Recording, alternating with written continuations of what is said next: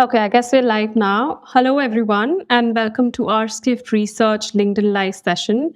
I'm Varsha Arora, a research analyst with Skift, joining you from Mumbai, India. And I'm joined with my colleague Sanya Zanpure, based in Pune, India, and Robin Gilbert Jones, joining us from Cape Town.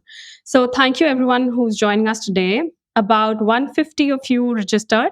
So, let's see how many of you turn up live for this event. But I'm sure if you are unable to, you can watch it on demand as well. So it'll be available live on YouTube, and we'll be posting a recording on our website, skift.com as well. So let's start the session here now. So today we're going to be talking about the international Indian destination wedding market. So we recently, I think 2 weeks back, we recently published a report on this topic, and so it's a very atypical topic to begin with. I mean, you would see a lot of reports market sizing the Indian wedding market at a at an overall level, and otherwise global destination market as well. But this is a very niche segment that we're going to be talking about. And what intrigued us, what sparked our interest in this particular topic, was actually our recent offsite to Morocco. Our team's offsite to Morocco, where we were exploring a palace hotel, and the staff just happened to tell us about this recent Indian wedding that they hosted and the kind of money that they generated from it. So that sort of intrigued us because, I mean, Morocco is not even connected to India by a direct flight. So people are also wanting to get married at exotic locations like Morocco, despite of direct connectivity. So that sparked us, and we wanted to sort of understand the magnitude of this trend. How big of a market is this?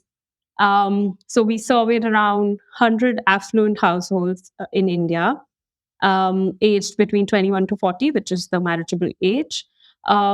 This combined with some publicly available data, of course, just to sort of benchmark our findings, we gave a very holistic view of the market through this report. I'll be sharing the QR code to download the same towards the end of the session. This report also dives into a lot of trends and insights as to what is the reason, what are the influencing factors that people are, wanting to fly abroad and get married, and just generally just to understand the psyche of these customer, how to tap into this market, just the business potential that we're talking about here. So all of these points that I mentioned will be addressed in this conversation with my colleagues today. And this session would be around 30 minutes or so. So let's start by talking about this market sizing exercise that we did, right? So sorry. Jose, can you please put on the first slide? Okay.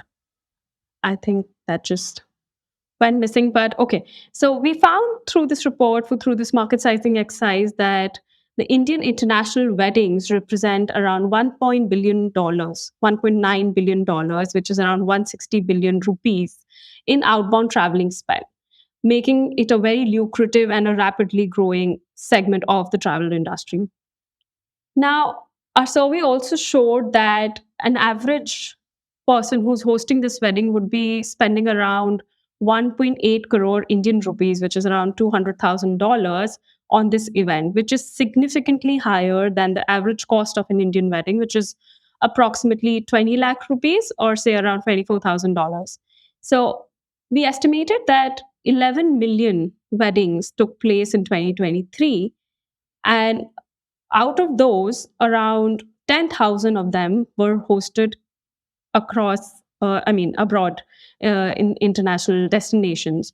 So, which is approximately, we're talking about a 0.1% share of this segment.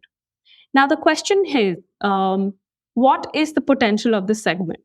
This is a very, very small sliver of the market that we're talking about. So, Robin, you also worked on the survey and this report. So, can you shed some light on, what is the global scale that we are talking about? Yeah, certainly. Thanks, Varsha. Hello, everybody. If we can go to the second slide. Yeah. Great, thank you. So, as you mentioned, although this is a smaller segment compared to overall Indian weddings, the rapid growth and economic impact mustn't be overlooked here. The global destination wedding market is on a steep growth trajectory. There's an estimated compound annual growth rate of 13.1% between 2023 and 2033. So during this period, the market value is forecasted to surge to $103.5 billion by 2033. And keep in mind, Indian weddings constitute 25% of all weddings globally. I still find that stat fascinating. So this growth becomes more significant when you view it against the backdrop of the broader wedding market in India and globally. So that 25% portion of global weddings amounts to a value of $50 billion. Go to the next slide. Right, so based on this, we calculated that Indian international weddings constitute 6% of the $30.3 billion global destination wedding market in 2023. Furthermore, given the high spend involved and the fact that they generally appeal to high net worth Indians, they contribute significantly to the tourism and hospitality sector. So there are downstream impacts in terms of visitation and the tourism ecosystem. Despite being less than 1% of all weddings that take place in India annually, they represent 5% or more of India's international travel and 7% of India's total outbound expenditure. So that puts it into some perspective. Yeah.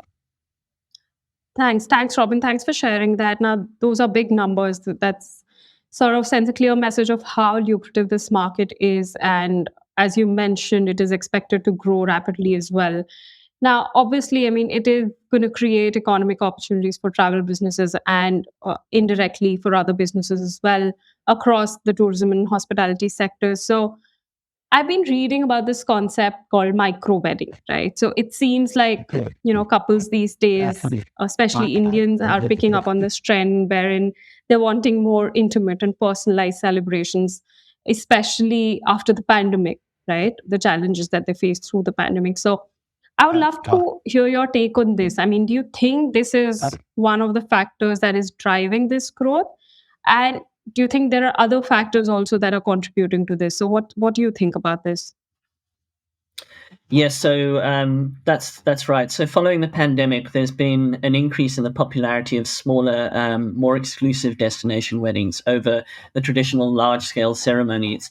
So reducing the size of the event can open up budget to spend on destination, travel, venue, and choosing an international wedding tends to reduce the size of the guest list by default. So you can see how these trends interact, and the smaller weddings are becoming more popular, and this is related to going abroad. Another influential factor there is Bollywood. It's culturally influential in terms of what Bollywood stars are doing. And there have been a number of high-profile destination weddings of Bollywood celebrities in the last few years. And Bollywood stars are, as I say, they're very influential in driving trends, particularly among affluent Indians. Another thing to consider is that, as you alluded to, there's been a substantial increase in the number of high net worth individuals in India, and this is driving demand for luxury travel. So this trend looks set to continue, and the Indian economy is projected to increase significant growth between 2023 and 2028.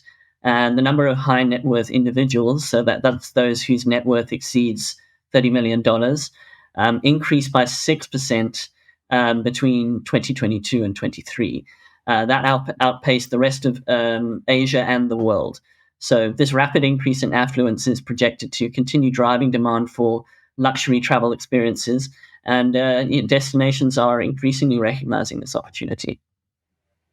Thanks, Robin. That's some interesting piece of data that you just shared, and it just sort of confirms the potential of this trend and the magnitude of it. I mean, if we know that the economic growth is projected to rise rapidly for India, and then there is increase in luxury travel that comes along with it, and as a trend and a preference of this generation, they are wanting to have micro weddings. So all of these sort of point towards an expanded market for this particular segment that we are talking about today. But I mean, we saw how the kind of economic opportunities that can emerge out of it. But for the businesses to sort of tap into this market, I'm sure it is very important for them to understand who they are targeting. Who is this consumer who's wanting to go abroad and host a lavish wedding, which is much, much costlier than an average Indian wedding. So, what should these travel businesses know about these consumers? So let's sort of contextualize our report findings for the audience today. Let me pass it to my colleague Sanya to help us sort of explore this consumer and just understand some psychographic features of this particular market. So, Sanya, over to you. Thanks, Varsha. Hi, everyone. So, like you rightly mentioned, Varsha, it's very important to really understand who our consumer is. So, can we move to the next slide, please? Yeah, thank you.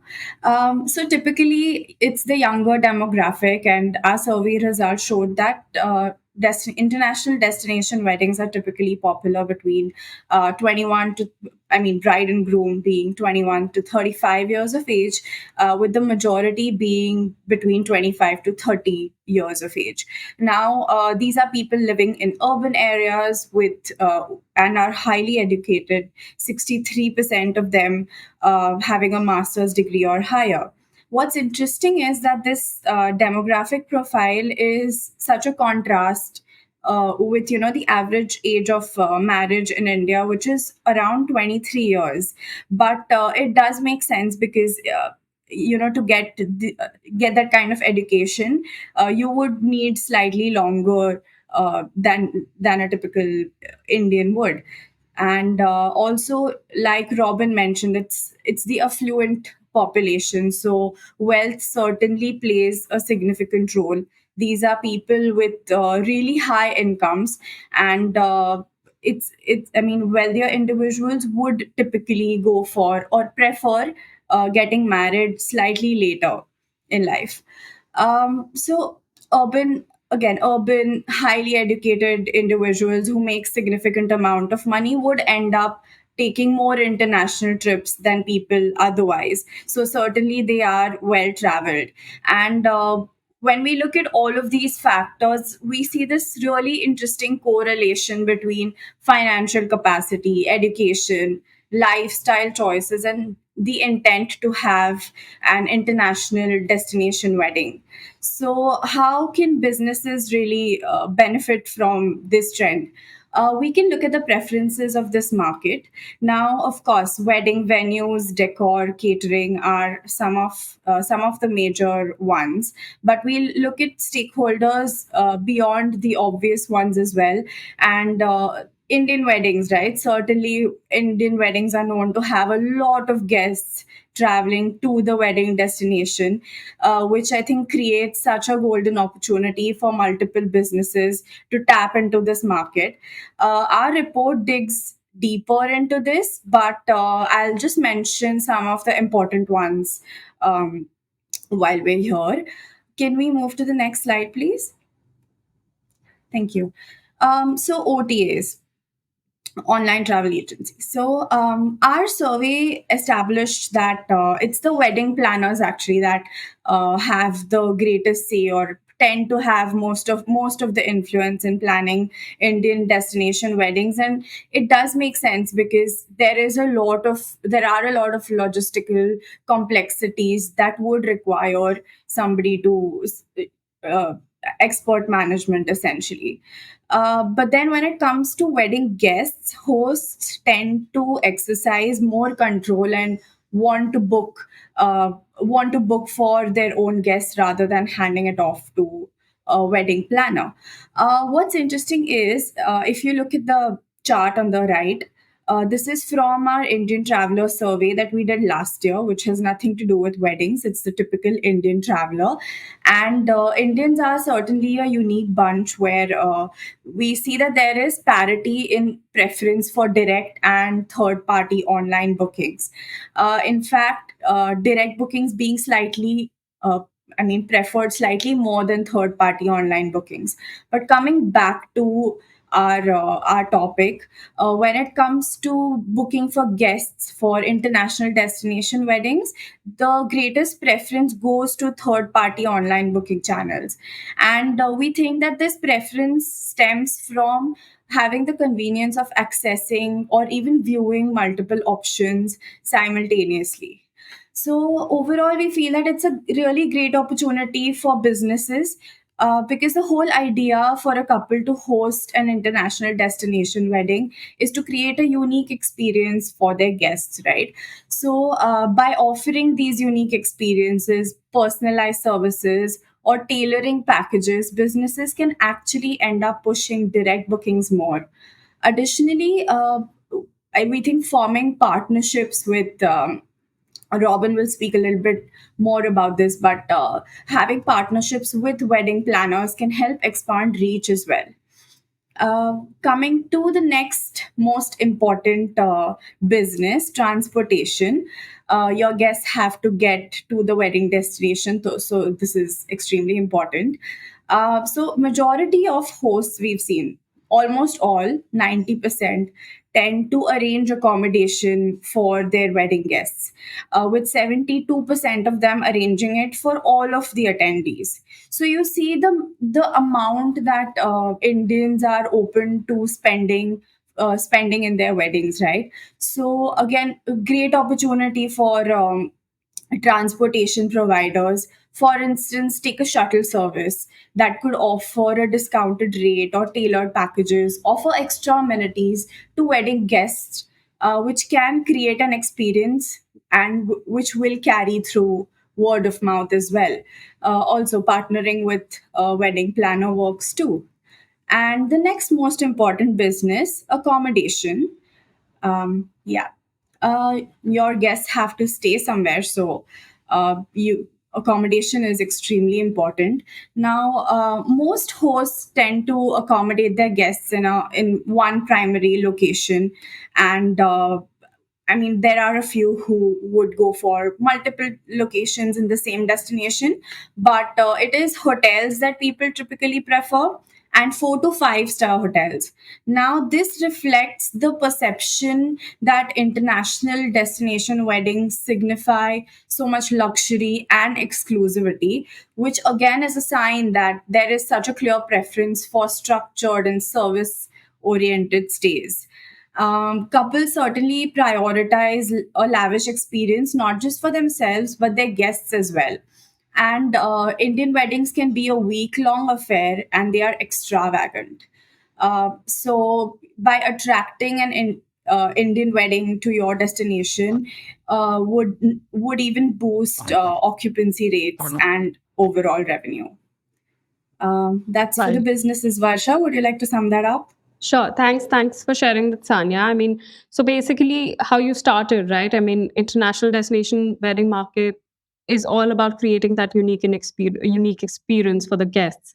So that just makes it very essential for all the stakeholders to understand this market really well to tap into it, of course. So, for example, what you mentioned about OTAs, this segment prefers convenient bookings, and this is where OTAs can step in. Transportation businesses can just leverage the dependence on wedding planners and offer exclusive deals or packages to this particular group.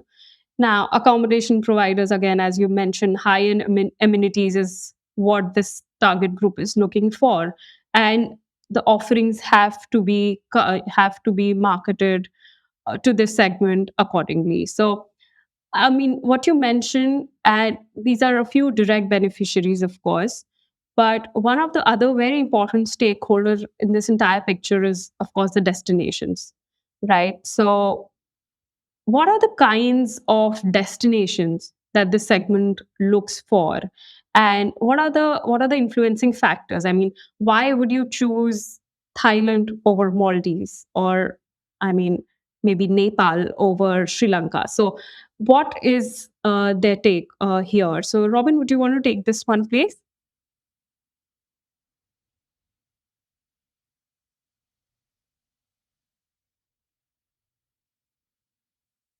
Robin, you're on mute. Can you please unmute yourself? Oh, sorry. Yes, sure. So could we have the next slide, please? Great. So, in terms of regions, unsurprisingly, Asia Pacific is the most important, followed by Europe and North America. And there are anecdotal examples of this. We know that Thailand is a particularly popular destination, and other places like the EU, the UAE and the United States. And next slide. So, and as I mentioned, the choices of high-profile Indian celebrities, particularly Bollywood stars, do significantly impact the trend towards overseas destination weddings. Italy, in particular, has been a popular destination for elaborate celebrity weddings, with recent examples. Also, as I say, including the USA, UAE, Thailand, the Seychelles, Sri Lanka, and even Kenya. So Bollywood's influence on the wedding industry extends to destination choices, as the choices made by its biggest stars have an aspirational influence in driving trends. In terms of the types of destinations within those regions, so large cities, as we see, as the preferred destination category for Indian destination weddings, with over 50% of respondents favoring them over, for example, nature destinations and small towns and countryside locations. So this trend certainly presents an opportunity for subnational destination marketing organizations, particularly at the city level, to market themselves directly.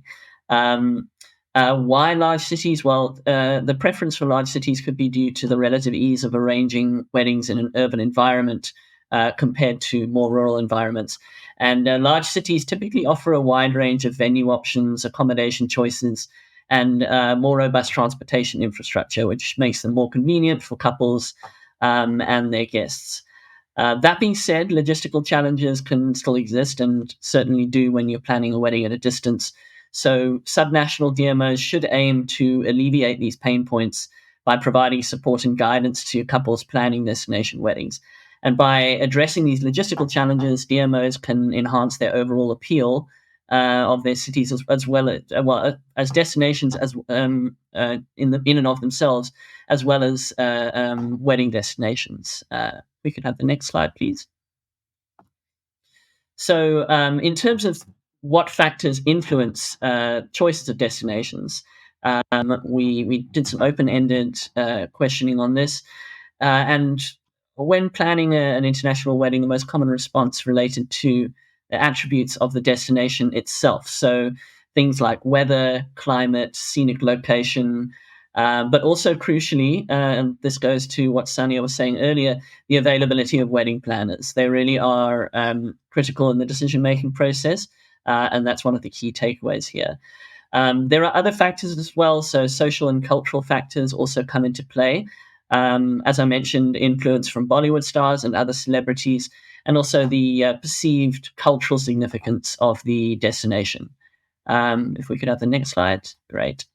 So there've been some examples of DMOs recognizing this, and the rapid growth in affluence is driving demand for luxury travel experiences. And some of them have made strategic interventions to maximize on this opportunity. So several countries like Malaysia, Sri Lanka, and Thailand have recently waived visa requirements for Indian and Chinese nationals for stays of up to 30 days. So this policy change has expanded the options for wealthy Indian travelers, providing them with a wider array of exotic destinations to consider. It's worth noting Thailand in particular has identified the opportunity to nurture an already very lucrative market. According to the Tourism Authority of Thailand, Indians now make the largest number of tourist arrivals into the country by air, and nearly 60% of destination weddings in Thailand in 2022 were those of Indian weddings. So that just gives a sense of the magnitude of the opportunity there. Thanks for sharing that, Robin. I mean, that's a big number. I mean, 60% of destination weddings that happen in Thailand were of Indian residents. So, I mean, and also touching on the visa and the ease of travel part that you touched on, I mean, absolutely.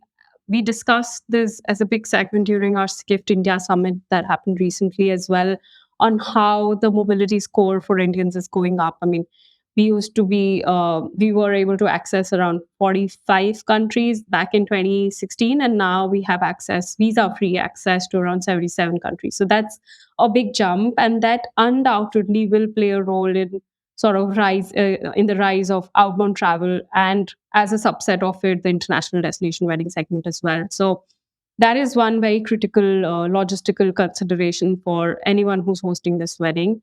And obviously, then if you look at it from a DMO angle, it becomes very crucial for them to address this particular pain point to facilitate, a smoother wedding arrangement or planning processes for this target market. So on that note, I mean, you touched on how planning a wedding from a distance is a huge issue. I mean, Sanya, you would agree. I mean, you recently got married. You would agree how big of a challenge it is to arrange an Indian wedding. It's an extravagant affair, and so what are the other kind of challenges, Robin? I mean, we did include it as a part of the survey, and in this report we have a section which talks about the challenges. So, do you want to just talk about the survey findings, and otherwise if you want to add to it, and how you can how the stakeholders can address these challenges? Yes, certainly. The next slide, please.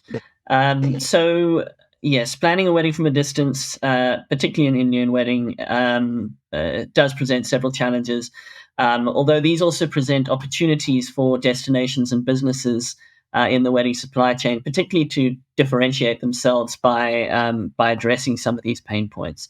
So, according to our research, unsurprisingly, the majority of challenges mentioned related broadly to travel logistics. So we're talking costs, visa issues, accommodation planning, things of that nature. And the next highest were venue selection, and crucial to note that wedding planners can have an influence there, and guest coordination. And yes, having got married myself, that last one doesn't surprise me.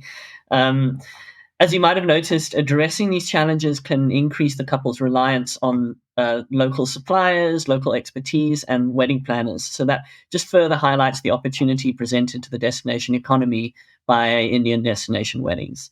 This also underscores the importance of a robust local infrastructure and support system. So destination economies can definitely benefit from this trend by providing comprehensive services and solutions to cater to the unique needs of the destination weddings. So for businesses operating in the destinations, understanding and addressing these challenges can lead to the development of very tailored offerings that cater to the specific requirements of couples planning such weddings. So we previously mentioned how some destinations are capitalizing on logistical challenges by alleviating the complication of getting visas, for example. So any way that they can address these various issues and make the planning process easier and more streamlined, that's going to increase their appeal to people planning these weddings. Right. Thank you so much for sharing that, Robin. We are reaching our time limit of 30 minutes. So, just to the audience, very quickly, if you have any queries, comments, questions, just put it in the comments box, and our team will try our best to address as many as possible. And on that note, I mean, what Robin, you were discussing on the challenges, right? I mean, I've been reading about this recent advocacy for domestic destination weddings. Our Prime Minister, Mr. Modi, has been, harping on how he's sort of initiated this Wed in India movement, right? And this sort of became a thing last November on one of his Man Ki Baat episodes. Now, that sort of highlights the importance of celebrating marriages in India on Indian soil, basically. So the idea is to keep the money within the country, which totally aligns with the broader goal of boosting the tourism economy, right? But that sort of poses a challenge for travel stakeholders who are wanting to lure this market abroad. So now, Sanya, you are based in India and you're in the thick of things. So I would love to hear your take on this particular topic. I mean, what do you think about this initiative, and do you think it will pose a big challenge for travel stakeholders abroad? And I mean, what's your take on this? Sure, Varsha. So this is a very recent shift, right? I mean, not like there were no destination weddings before, but very recently we've seen this noticeable shift where in the Indian wedding industry, where now almost every couple intends to make this day, not their wedding day, not just memorable but a unique experience for all their guests. And this has given a boost to destination weddings because of the picturesque locations, opulent venues. And Indians do typically spend a lot of money on their big day, like we saw the numbers, right? So, to capitalize on this, the Indian government launched with the Wed in India campaign, which essentially encourages affluent Indians to spend money in the country so that uh, like Prime Minister Modi said, that let the wealth remain in the country. There's also another campaign called India Says I Do, which aims to attract foreign couples to tie the knot in India. So the idea is to essentially position India as a global wedding destination. But like we've been talking about how much of an impact Bollywood has.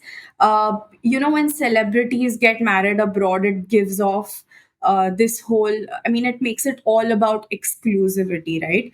And anybody who can afford a destination wedding abroad wants to sort of follow that trend now, like you spoke about micro weddings as well. So I mean, coming to your question, whether this is going to have an impact.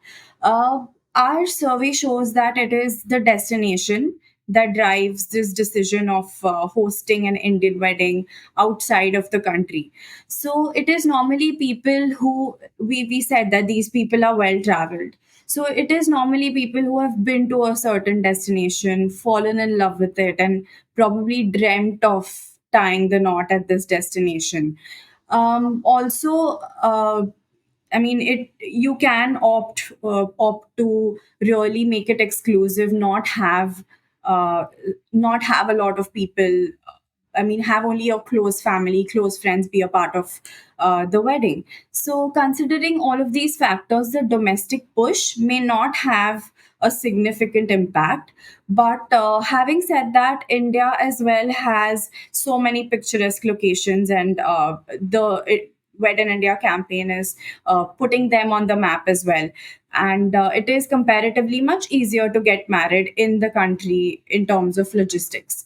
Also, it's worth noting that the domestic destination wedding market is much bigger than the Indian international destination wedding market, even if people are spending so much more on them. So I feel that overall, this political push rather highlights that any destination, be it domestic or international, needs to keep, I mean, any destination who wants to tap into this market needs to keep adapting and innovating to remain competitive, not just with other international destinations, but domestic destinations as well. Yeah. Thanks, Anya. That's an interesting take on this initiative. So we've reached a 35-minute mark, but we have a few questions from the audience, so let's just very quickly take them. So the first one being, what's the target size of the surveys? This is from Dhira Majumdar. So Dhira, we basically surveyed around 100 affluent young hosts, right, bride or groom who got married in an international destination in the last 12 months, whose household income was more than 50 lakhs. The majority of them had a household income of more than 2 crores. So that's the kind of target group that we surveyed for this particular report. And obviously, I mean, if you get to read the report, for which the QR code will be shared just right after, you can get into the details of the methodology used, and we have also in detail given the demographics of this target market as well. So that's that. And then we have another question from Soren about the Wed in India. How does that impact destination wedding? So this is something that Sanya already addressed, but Sanya, if you can very quickly just sort of give one summarizing statement for what you just discussed. Sure. So, I mean, Wed in India, like I mentioned, that it's the destination and the exclusivity of it, which is driving this trend, and it's people who have mostly been to these destinations and liked them. So, if those are the factors that are important, then Wed in India shouldn't have a significant impact. But then again, if you look at the logistics, it's much easier to get married in the country and with a beautiful location and a beautiful venue. So I think the moral of the story is to really, for all destinations, international or domestic, to keep adapting and innovating to attract destination weddings. Thanks, Anya. So let's take this last question from Andy. So, with countries like Thailand becoming a major hub for Indians, what do you think about the possibility of future destination fatigue? Robin, do you want to take that? Since you had some It's points it's on an destination. Yeah. it's an interesting question. It's hard to really forecast that as trends are changing all the time. I think it's partly about understanding the influential factors, but also it will depend on how destinations continue to adapt and respond to some of the challenges and opportunities that we've highlighted. You know, destination fatigue can be a difficult thing to predict based on how the destination is adapting. But it also things will change as trends and fashion trends and current events change. That will also have an influence. That being said, to take the Thailand example, that's been a popular destination for Indian weddings for a little while now, and it doesn't seem to show any signs of tapering off. In fact, they're doubling down on the opportunity, really. Thanks for taking that, Robin. So it's time to wrap up our LinkedIn Live session on the Indian international destination wedding market. We have covered a lot of ground in the last 30 minutes. We were discussing the trends, the drivers, and the economic impact that this particular segment can have. So we've discovered that this segment is small, undoubtedly. It's very niche, but it represents a lucrative opportunity for the travel industry, with couples spending significantly on these kind of events. So while the global market is growing, India's Wed in India initiative could impact the international destination wedding. Um, but having said that, businesses can benefit by offering, unique experiences. Destinations can capitalize by addressing those logistical challenges that we discussed right now, and also just promote their appeal uh, just the way this target market wants, depending on the preferences that we discussed as well. So thank you all who joined, and those who could not, you can watch it on YouTube and even on our website skift.com. Also, you can download this report using this QR code just on the slide here, and you'll get a special discount using the code weddings. So thank you again. Thank you all for joining. Thank you.